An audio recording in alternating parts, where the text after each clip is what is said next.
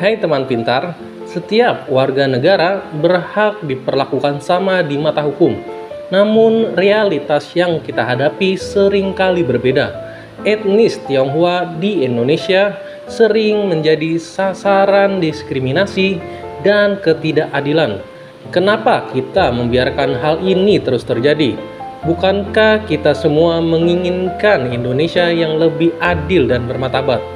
Tetapi kenyataan masih banyak yang melakukan rasisme dan menuduh orang keturunan Cina sebagai biang masalah di Indonesia. Mari kita bahas lebih dalam.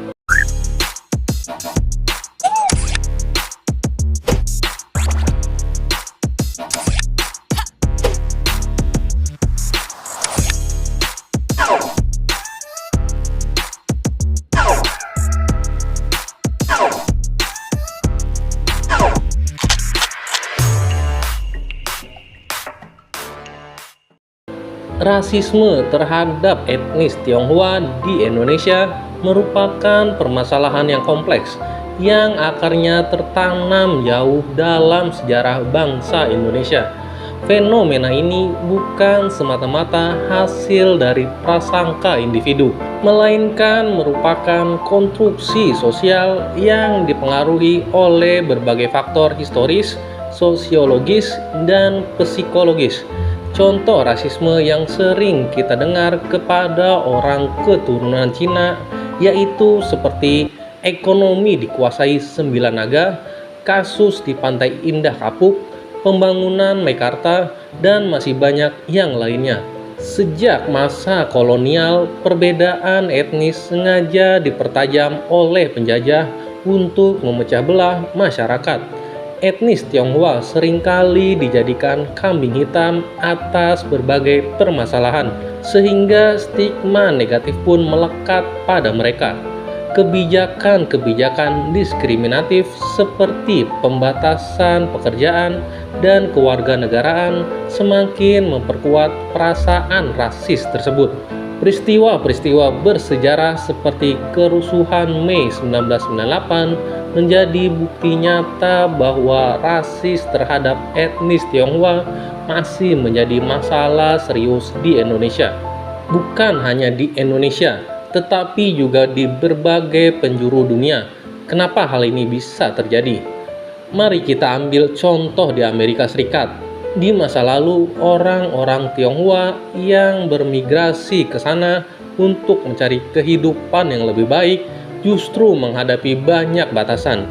Mereka tidak boleh memiliki tanah, tidak boleh menikah dengan orang non-Tionghoa, dan seringkali dipekerjakan dalam pekerjaan yang berat dengan upah yang rendah. Bahkan pernah ada undang-undang yang melarang mereka masuk ke Amerika Serikat. Lalu bagaimana dengan negara-negara di Eropa? Di sana orang-orang Tionghoa seringkali menjadi sasaran serangan rasis, terutama saat terjadi krisis ekonomi. Mereka dituduh mengambil pekerjaan orang lokal dan menjadi penyebab masalah sosial.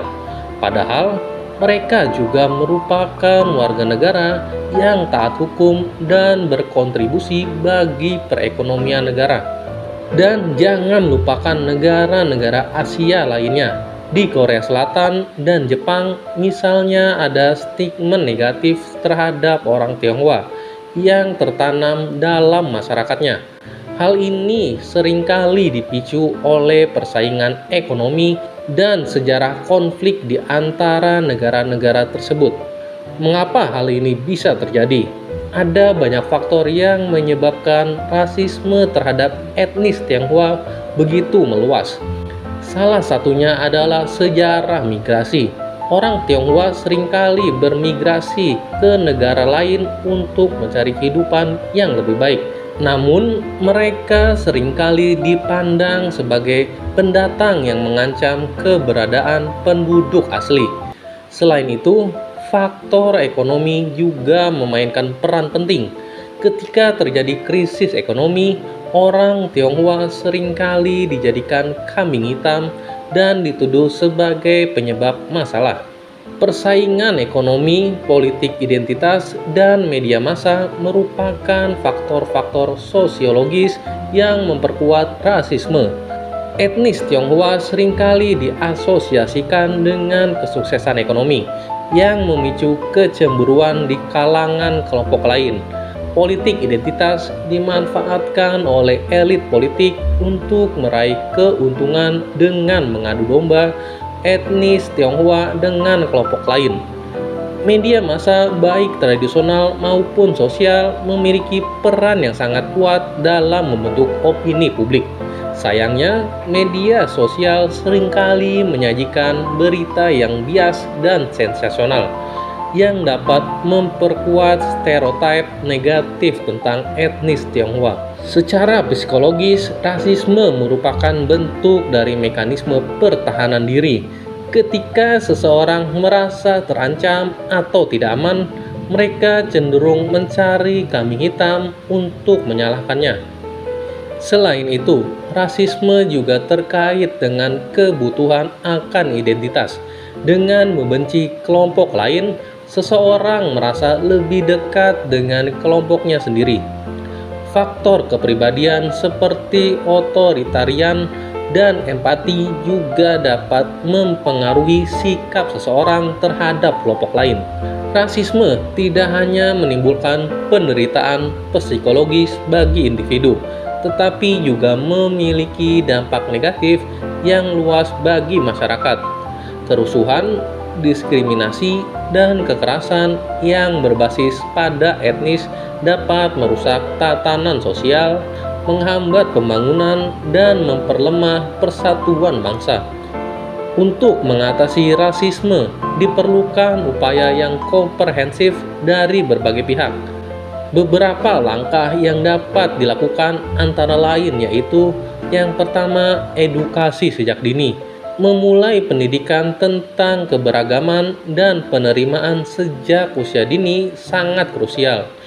Ini bisa dilakukan melalui kurikulum sekolah, buku cerita, dan kegiatan ekstrakurikuler yang mendorong pemahaman akan perbedaan budaya. Yang kedua, dialog terbuka. Membuka ruang untuk dialog terbuka tentang rasisme dapat membantu mengurangi kesalahpahaman dan membangun empati. Ini bisa dilakukan dalam berbagai forum, seperti diskusi, kelompok, seminar, atau bahkan obrolan santai. Yang ketiga, media yang bertanggung jawab. Media memiliki peran penting dalam membentuk opini publik. Media massa perlu lebih bertanggung jawab dalam menyajikan berita dan informasi yang tidak memicu kebencian atau stereotip. Keempat, penegakan hukum yang tegas. Hukum harus ditegakkan secara adil dan tanpa pandang bulu terhadap tindakan rasisme. Hukuman yang tegas dapat menjadi efek jerah dan melindungi korban. Yang kelima, kerjasama lintas sektor. Upaya mengatasi rasisme membutuhkan kerjasama antara pemerintah, lembaga swadaya masyarakat, sektor swasta, dan masyarakat luas. Keenam, contoh yang baik. Tokoh masyarakat, pemimpin, dan figur publik memiliki pengaruh yang besar. Mereka perlu memberikan contoh yang baik dengan bersikap inklusif dan menghormati keberagaman. Selain itu, kita juga perlu memperhatikan akar penyebab rasisme, seperti yang pertama, ketidaksetaraan sosial. Ketidaksetaraan dalam akses pendidikan, pekerjaan, dan kesempatan lainnya dapat memicu kecemburuan dan kebencian. Yang kedua, stereotip dan prasangka. Stereotip dan prasangka yang berakar pada sejarah dan budaya dapat sulit diubah, namun perlu terus diusahakan. Yang ketiga, politik identitas. Politik identitas yang mengadu domba kelompok-kelompok berbeda dapat memperparah masalah rasisme. Rasisme terhadap etnis Tionghoa di Indonesia merupakan masalah yang kompleks dan multidimensi. Untuk mengatasi masalah ini diperlukan kesadaran kolektif dan komitmen dari seluruh lapisan masyarakat. Dengan bekerja sama, kita dapat membangun Indonesia yang lebih inklusif dan harmonis. Sekian video kali ini dan terima kasih sudah menonton.